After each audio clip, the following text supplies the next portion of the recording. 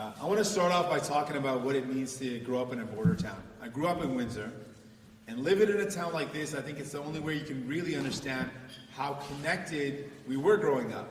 People lived in the States and had family here in Canada. Folks lived in Canada and worked in the States.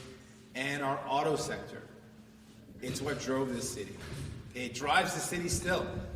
And I remember when the kids I play soccer with, their parents had good jobs at the union, and how that meant good union jobs at the factory, and how that meant that they were able to build a good life. And I remember when the turndowns and the slowdowns happened, and how that devastated those families and our community. And so we built up this relationship where we were good neighbors, as Canadians are, we're good neighbors. And to describe what has happened when Donald Trump stabbed us in the back, it's a betrayal. It's a betrayal, and Canadians are angry, but people in Windsor are pissed off. This feels like a betrayal, a gut punch, for absolutely no reason. Donald Trump has started an illegal trade war with Canada, one of their best allies, for absolutely no reason. And now workers are reeling. There's workers that are going into the work right now and wondering if their line pauses, will it shut down actually permanently? There's workers right now that are wondering, well, if I lose my job, how am I going to put food on the table for my family? How am I going to keep my home? Now, back in the day, maybe 20 years ago, if EI covered half your wage, you'd still be able to pay your bills, buy your groceries, pay your mortgage. But right now, I can say this with confidence, every worker is stretched so thin that cutting their salary in half salary compensation, means they're going to lose their home. They're not going to be able to afford to pay their bills. They're not going to be able to put food on the table. And so this is what we got to do. We got to fight back. We got to fight back and defend our country. Step number one is, if any business thinks they can take the manufacturing equipment in any factory here in Windsor or across this country, they think they can take any equipment out of it, they got another thing coming. Not a single piece of equipment should be taken out of any of our companies here in this country. We invested in that equipment. Canadians invested in that equipment. We're not going to let a single piece of equipment, a single piece of manufacturing equipment leave this country. Secondly, and we got to be very clear about this, while these tariffs are in place, no company should think they could sell here in Canada if they don't have a footprint here in Canada. So if they get rid of their footprint, they're not creating jobs here, they're not selling in our country, they're not selling in our market. We also have to make it very clear that as a nation, as a country, we're going to take care of our workers. So workers need to know that we're going to immediately put in place an EI that's going to cover their wages enough so they can keep their homes and pay their groceries and pay their bills. We're going to make that happen.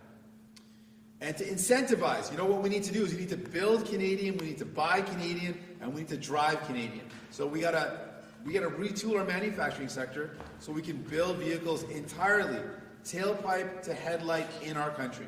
To build up a more resilient automotive manufacturing sector, that's something we've got to do.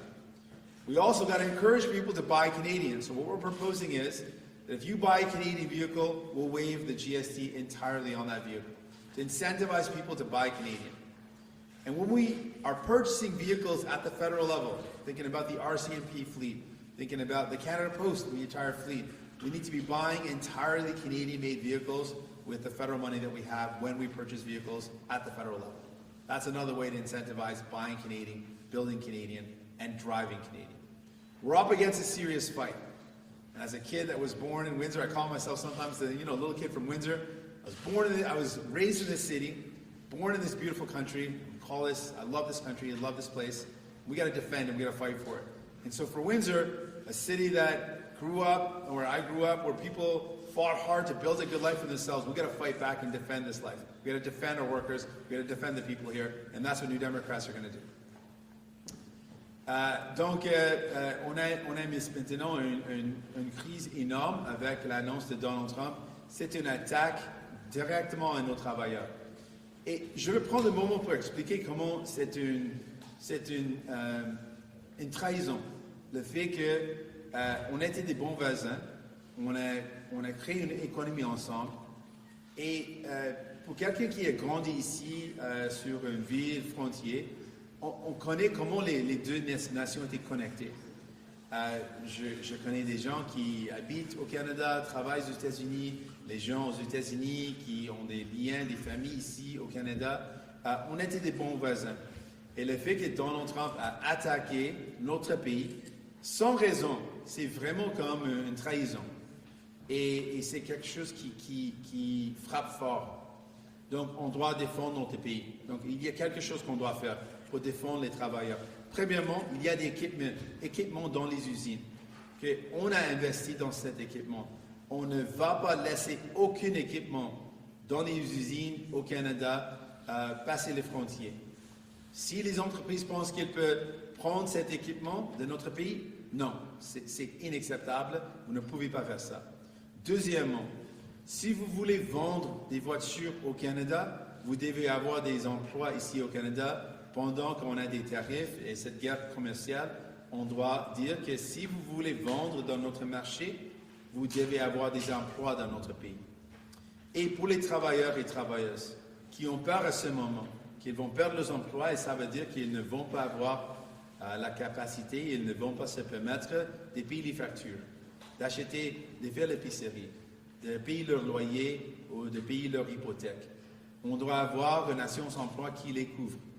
Donc, ce que j'annonce aujourd'hui, on doit avoir un plan d'urgence pour avoir une assurance emploi qui couvre ces travailleurs, qui leur donne la confiance qu'ils pourront se permettre de payer les factures, de payer les loyers, payer les hypothèques. Donc aussi, pour encourager qu'on construit les produits canadiens, on achète les produits canadiens et on utilise les travailleurs canadiens. Aujourd'hui, on annonce aussi qu'un gouvernement néo-démocrate va enlever la TPS sur les voitures construites au Canada pour encourager les gens d'acheter les produits canadiens. On est dans un temps difficile. Mais la seule façon qu'on peut se battre contre les États-Unis, c'est en défendant notre pays et défendant nos travailleurs. And finally, I just want to wrap up by saying, in this really difficult time, when people are really worried about the attacks on our country from the United States. We're going to have an election with different approaches to domestic policies, and that is healthy and that is normal. You know, we're in it for people, and we're going to make that case. But when it comes to the way we approach Donald Trump, we need to have a common, united voice. No matter what the makeup of Parliament is, we need to send a clear message, all political leaders, that together, all of us denounce the illegal attacks on our country. All of us together want Canada to win. We want this trade war to end. We want these tariffs to be lifted. We want Canadian workers to win. We want Canadian workers to continue to be able to work in their jobs, in their fields. And so my message is, when it comes to the way we approach Donald Trump, let's send a unified message that we are all united in fighting back against Donald Trump. We are all united in fighting back against these illegal tariffs.